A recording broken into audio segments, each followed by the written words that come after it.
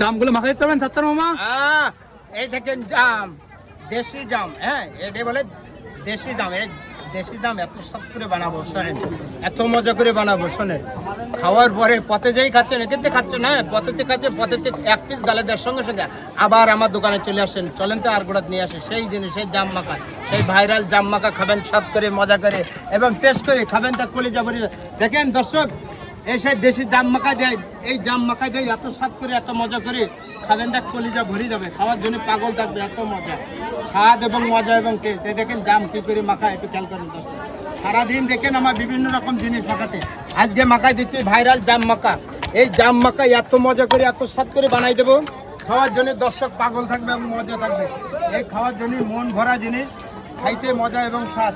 এই স্বাদ আসে কার জন্য, এই মশলা দেবো, বিভিন্ন ধরনের মশলা দেবো। এই যে বিশের উদ্দে মশলা একসঙ্গে দিয়ে তৈরি করা, 20 রকমের মশলা একসঙ্গে কোনো দোকানদারের কাছে পাবেন না। এই সেই জিনিস এই একসঙ্গে দিলাম, একটুখানি দিলাম একটু ইন্ডিয়ান অল্প মশলা দিলাম, ইন্ডিয়ান মশলা দিলাম একটু, 7-8 রকমের ঝালে গুলো একসঙ্গে দিয়ে তৈরি করা। আপনি কত রকমের মশলা আছে জায়গায়? 28 প্রকারের মশলা।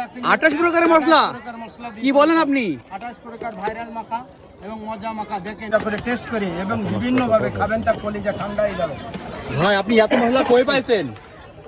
এই মশলা কিছু মশলা চাই ইন্ডিয়ান থেকে নিয়ে আসা, ইন্ডিয়া।